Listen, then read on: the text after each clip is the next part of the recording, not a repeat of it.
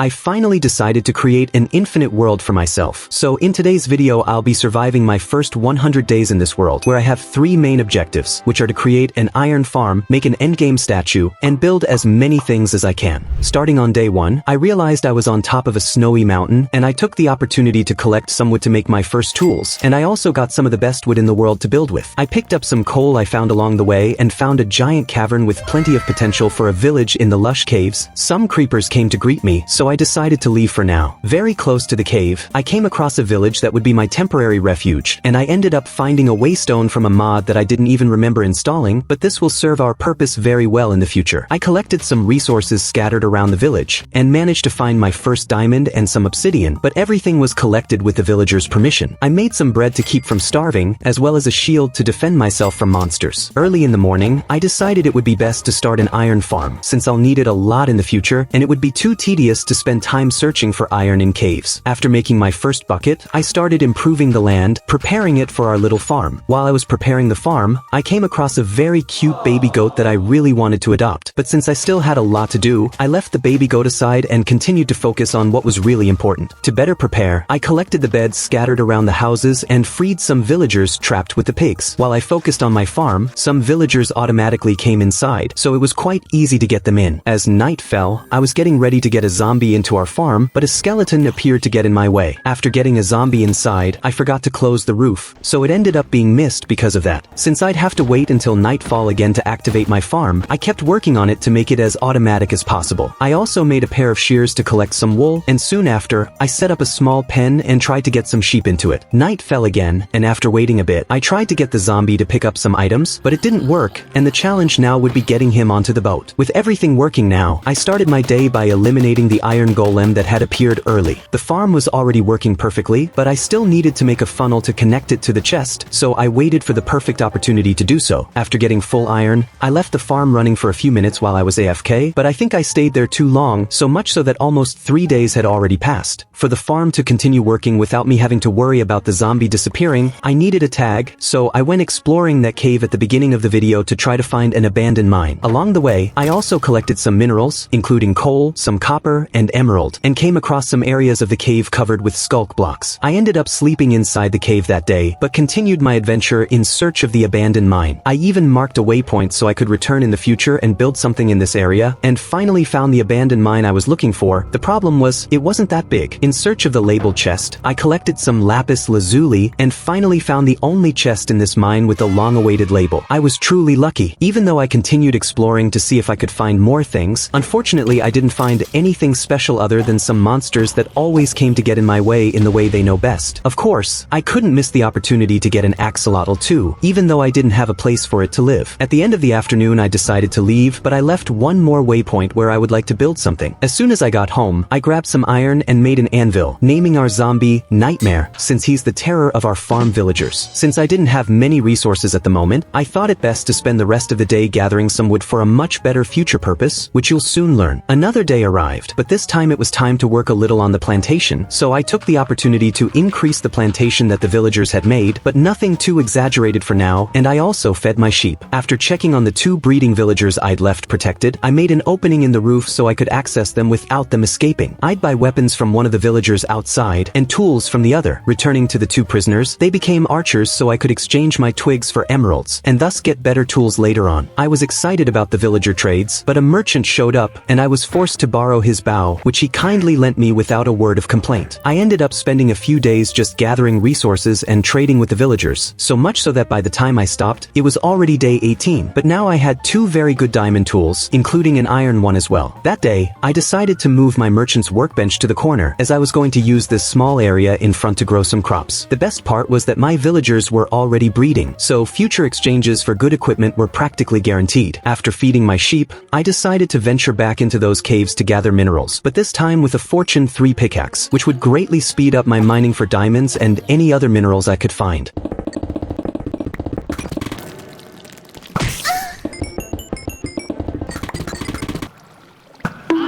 my shield ended up breaking in the cave, and I was almost a souvenir, but after recovering some health, I was forced to return home at the end of the day. Early this morning, I eliminated the threats still looming over our village, earning a total of 51 diamonds from this exploration alone, and now I have a much better diamond sword. I hadn't noticed before, but I just now made the game's first furnace, a sign that the world had a great start. While it was raining, I looked at the map and came across a kitten, so I wanted to catch some salmon to try to tame a kitty so I could scare away some creepers from important areas. Actually, that's a lie. I just wanted a kitten.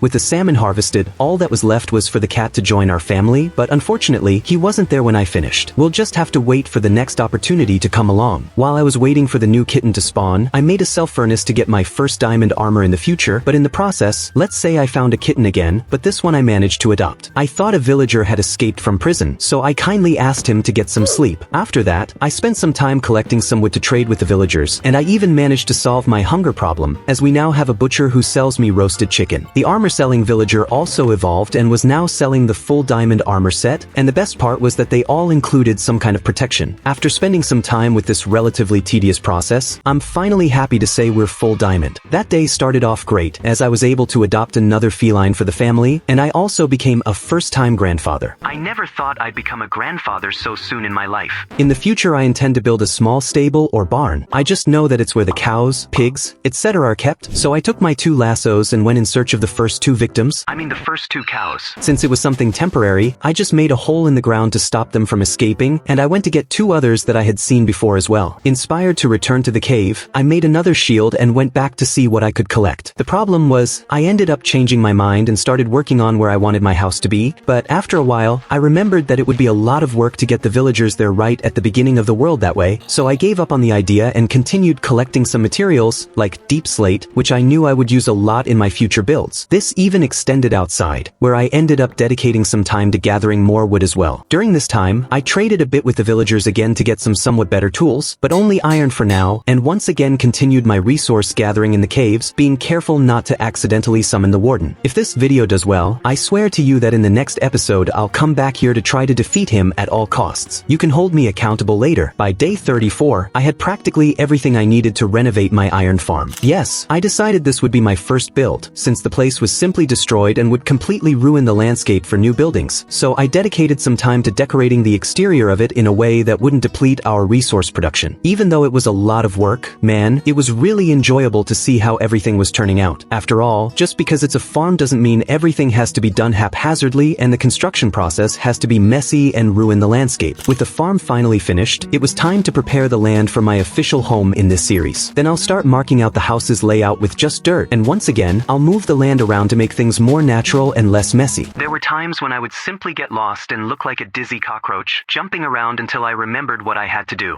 Not long after that, I was collecting resources for my house, and this time I was going to need a lot of wood. In this construction, I would also need a lot of glass, so after feeding my cows and sheep, I took my diamond shovel and went to collect some sand, but I collected more than I needed just to have some left over in case I needed it in the future. Unfortunately, while I was trying to collect some wool from my sheep, I ended up getting stuck with them, so I had to censor some parts as they contained strong scenes. After a long time of just collecting resources, I finally started building my new home. I used materials that were fairly easy to collect precisely to avoid costing myself, but it still took a lot of work to complete, especially the roof, which had slightly more complex shapes at the ends. After a few days of hard work, I had finally reached the end of my construction, but now it was time to work on the interior of the house. First, I'd start by replacing the flooring, but of course, I'd use slabs to save a lot of material. Next, it was time to work on my small storage room. I still needed some moldings to identify each chest, but I'll do that in another episode. I even had to go back to the cave to collect some materials that ended up being missing, and on my way home I simply find a dog walking around. I know it's a wolf, but anyway, I went back home to get a bone, and I managed to catch the little faithful companion on the first try, but on the way to collect some clay I come across another one, but I took this one with me to collect some materials that we would need. It's not clear what happened to the iron golems appearing on the map. Since my world was starting to get a bit bogged down, I decided to erase some creatures from the story, and the cows weren't left out. The good thing is that even the noise bothered me much less now. Continuing with the house decor, the next room to be decorated was my bedroom, and right after that was the kitchen, or the furnace area, whichever you prefer to call it. part. To access the upper floor, I built a spiral staircase, which is quite simple to make. Now that everything was decorated, at least the lower part, I needed to bring my pets inside. Although there was one that I had to force inside because it wouldn't go in for anything. Before anything else, I needed to finally organize my trunks, so I took some time to tidy up. At the beginning of the day, I already fed my future food and finished organizing my trunks, leaving everything in its proper place. I realized my buildings weren't connecting to each other, so I started making some basic pathways out of barren dirt and regular dirt. Unfortunately, this house was only almost finished on the inside because now the outside was missing, which is where my plantations would be. Dude, seriously? Who was the blessed one who decided to make such a big plantation? Oh yeah, man, it was me. It took me several days just to finish this planting, which made me seriously consider planting it anyway. But of course, I couldn't do that. So yes, I did my best to make something that actually turned out well, and in hindsight, I think it was all worth it in the end. But the best part is yet to come, as while I was working on the final stages of the plantation, I caught an iron golem simply destroying part of it.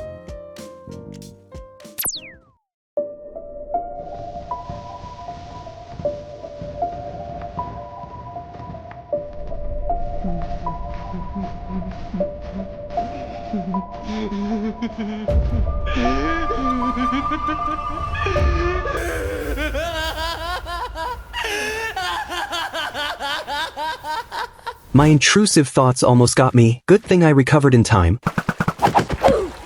To try to alleviate the situation of the iron golems destroying my crops, I thought it best to put a fence around each one. While it won't reduce the damage 100%, it will at least improve things once everything is finished. So far, I had only built 2 buildings, so I thought, how long will my cows and sheep have to live on the ground or in a rotten wooden pen? So, I had the idea of preparing a better home for them, but first, I needed to remove 2 of the villagers' houses to make room for the new housing for my food.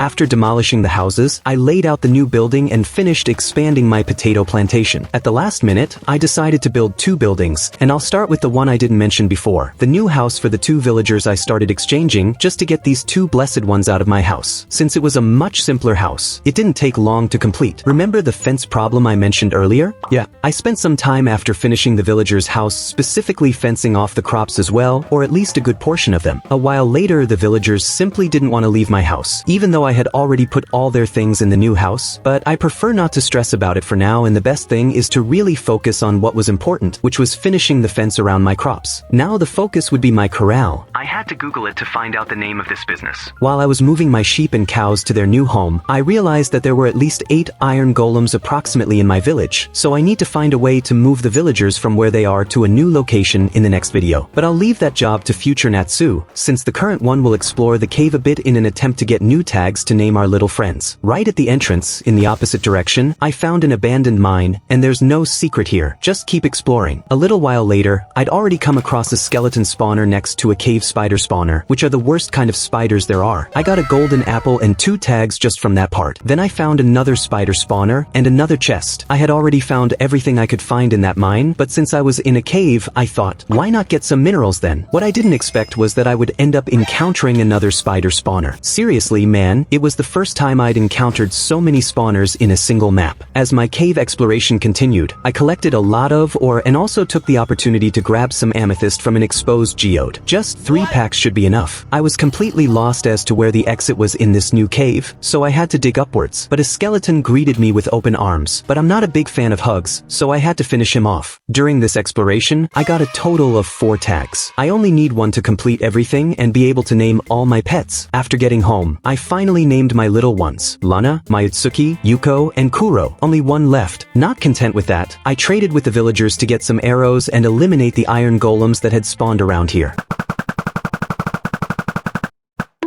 I had already found some sugar cane for a while I was exploring a bit of the world, but only now did I take the time to actually see where I would plant them, and I decided to put them in the back of the house. As expected, I had to do some earthworks first and then plant something, but now I just have to wait for it to grow and multiply. My goal now was to go to the end, so I would need to go to the Nether to get some blaze rods and then I could achieve my objective, but since I had little sugar cane for now, I thought it best to explore the world a little more to see if I could increase my sugar cane plantation. With the canes in my hands, but not in the sense you're thinking. thinking? I finished the plantation and used some to make a lectern. This because I was looking for the looting enchantment 3, but I found a very interesting proposal of only 12 emeralds for a mending book, so I kind of left the enchantment I was looking for aside, and this villager ended up beating me. And the prize this time was precisely my sword. Since I always encountered a lot of endermen in the caves, I thought it would be a great place to get their pearls. But guess what? It was a terrible idea. Just because I was looking for them, not a single one showed up to tell the story. So I had to opt for plan 2 and try to find them in the Nether. Luckily, I already had some obsidian in the chest. I thought it best to make the portal a little far from the village, but still within it. I just kept it away from the highlighted buildings, but as soon as I got there, I started looking for a stronghold, since blaze rods are usually easier to drop. It didn't take long, and I ended up digging a tunnel that led right to the stronghold, which had a blaze spawn right next to it. From there, it was all celebration until the hard part, collecting the ender pearls. In total, I collected 11 rods, so it was time to pursue my second objective. Looking at the map, I discovered a forest where endermen appeared almost right next to my portal. At that moment, I almost cried with joy. But the truth is, it was actually sadness, because I hate this place, man.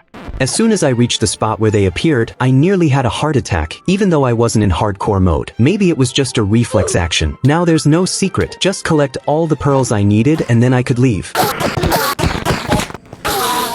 Arriving home again and leaving hell behind, I was grateful to finally breathe fresh air. But work never stops, so I harvested some sugarcane to make paper and some more books to further improve my equipment. Specifically, just my sword, since I want the looting enchantment on it. But I don't know. I'd already gotten the most boring parts. Looting was unnecessary now, but ask if I'd thought of that at the time? Obviously not. After getting the enchantment I wanted for 15 emeralds, I went to sleep to prepare for my final battle. Now comes the hard part, finding the fortress. My friend, it took me a long time just to find this blessed fortress. The good thing is that along the way, I also found a boat that had capsized on the beach, and obviously, like a good Samaritan, I took the opportunity to loot everything there. He was the one who capsized it. I didn't tell him to leave things open like that. The problem is that this chest didn't actually have that many good things, but that's part of it. You try to be honest, and that's what you get in return. I didn't tell him to leave things open like that. When I finally found the fortress, I still dug in the wrong direction to learn to stop being stupid, but I finally found it. The good thing is I found a library, so books won't be a problem from now on. Arriving at the end, there isn't much to say. It was the same old fight against the dragon, but unfortunately it ended up making me go to the spirit world once again. So once again this blessed one delayed my side.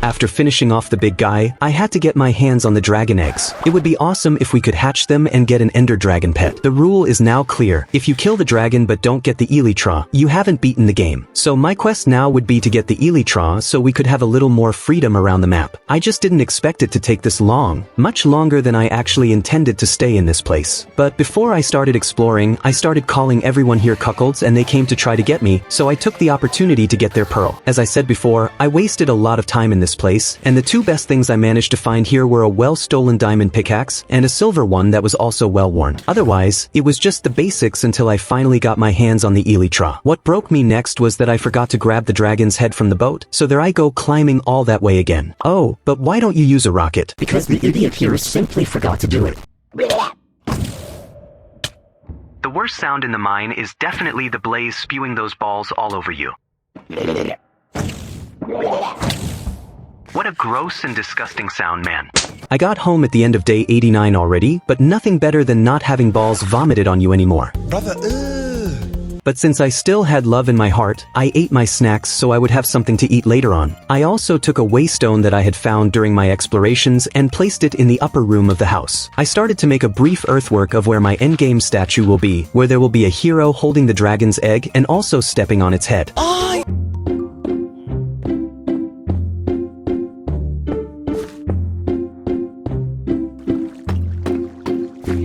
With the endgame statue finished, I still wanted to at least give my tools some great enchantments before finishing the game. So with some lecterns I'd crafted, here we go, trading with the villagers again. This process took a long time, and it could have taken even longer if I hadn't had this mod that helps me change villager trades more quickly. For some, this seems like a ripoff, but for YouTubers who need to speed up content, my friend, this is a lifesaver. Even so, I spent a few days exchanging with them. Almost in the last few days, I decided to do a brief renovation of the village's paths, because there were a lot of areas that were practically all messed up because of the village's poor generation. Someone needs to remind me not to leave these things for the last few days. My sanity is almost exhausted, so it feels like I'm talking to myself while I write the script. I just know that I spent almost the rest of the day just working on this blessed renovation, in addition to doing a bit of earth moving as well. After working on it for a while, I decided to play in the cave for a bit to calm down. I was so angry at myself at that point that I just wanted to hit something. The good part is that I managed to capture the most beautiful scene of all while exploring a cave. Two skeletons ended up killing each other. Boy, I don't think I've ever been able to witness that in mine. Towards the end of the day, I dedicated some time to adding some lighting to the roads, because with the amount of iron golems here, what if they end up tripping over some wood somewhere and accidentally destroying my crops? Then my intrusive thoughts will take over me and it won't work. At the end of that day, I finally decided to make my first official flight on my elytra, which was already enchanted with durability and repair, but what I had to do now was precisely to cut down these trees that were here obstructing the view, and that was my last mission to be able to deliver this video in perfect condition to you. On the last day, I savor my work, rest a bit, and try to regain some of my sanity since I was exhausted writing this script. That's why I'm a little high at the end, and I want to hear your honest opinion. For those of you who have followed me this far, is this editing style worth it? Was it good to watch the video? Only I and other editors know the work involved in doing these things, and it's not even those effects-filled videos that kids like. This editing job should be better appreciated, you know. What a difficult business, but we're the ones who make it look easy. The best part of the day is when I finish this video with a beautiful rain shower, next to my companions who haven't abandoned me at any point until now. And don't think I forgot about the axolotl I caught earlier. I just didn't think of any construction to put him and his friends there. Remembering that this map will be available on my Patreon for you to download, for my supporters. So just click on the first link in the video description. If you liked it, don't forget to leave a like, okay? Otherwise, I'll never post a Minecraft video again. just kidding. A big hug to you and we're together.